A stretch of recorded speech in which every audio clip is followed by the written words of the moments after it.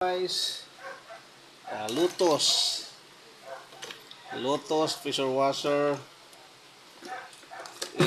Ito yung model niya, 14 watts LTPW 146. Ang issue to guys, walang automatic.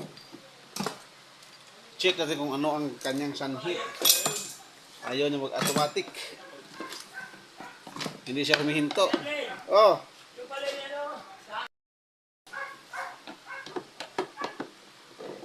maluag yung mga tornilyo.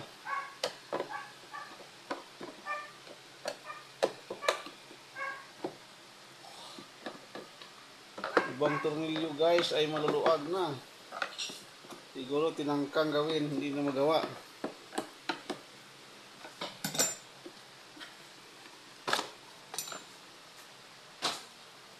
Ang kapaitan din to ay ano lang, Aquator. Kasi wala siyang automatic. Ang Aquator nito ay maliit. Mahirap hanapin. Pero tayo meron. Ito lang yung papalitan. Tsaka top valve.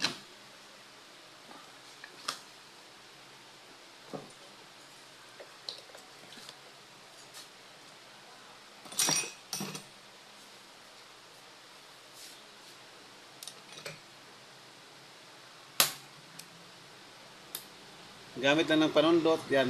Maliit na parang kahit pako. Pwede dito.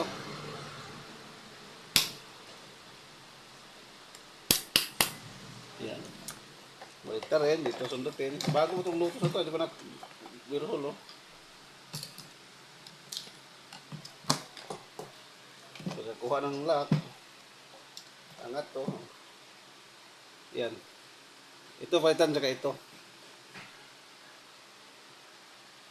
Okay pa naman to. Ito lang.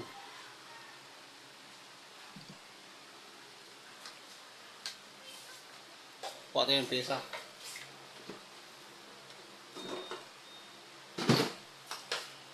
Ito po yung pyesa niya. Ito po ay mahirap hanapin kasi maliit. Ang standard na Aquator natin ay ganito. Ang standard. Yan, maliit siya, oh. Ikumpara mo. Maliit. Maliit siya. Ito pala, oh. Ito yung parehas. Ito yung tinanggal natin. Parehas. Kumpara dito sa standard, mahaba, oh.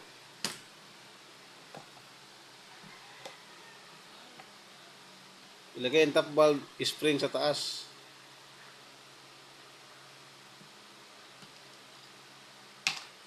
Kabit to, ganyan ang posisyon. Ayan, hindi pwedeng ganun. Hindi yan siya gagana. Dapat ganun. Yan.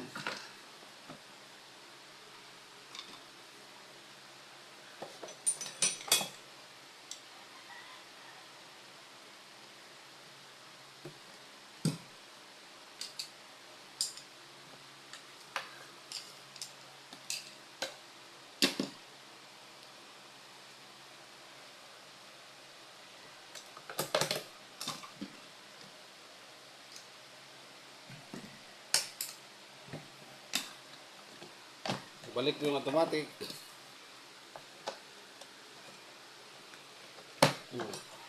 Tapos na. Testing na natin. Testing. Yung Lotus sir na pahiga kay Mang Star ba to?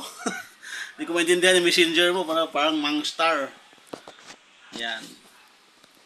Ayan siya.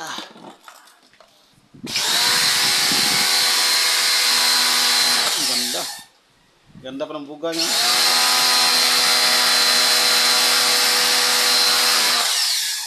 Yan, so ito yung kaha niya, oh. Yan. Yan, pinalalamove. Galing Quezon City. Yan, automatic na siya, yan, oh. Sabay din, yan, oh. Hindi na siya hihinto na siya.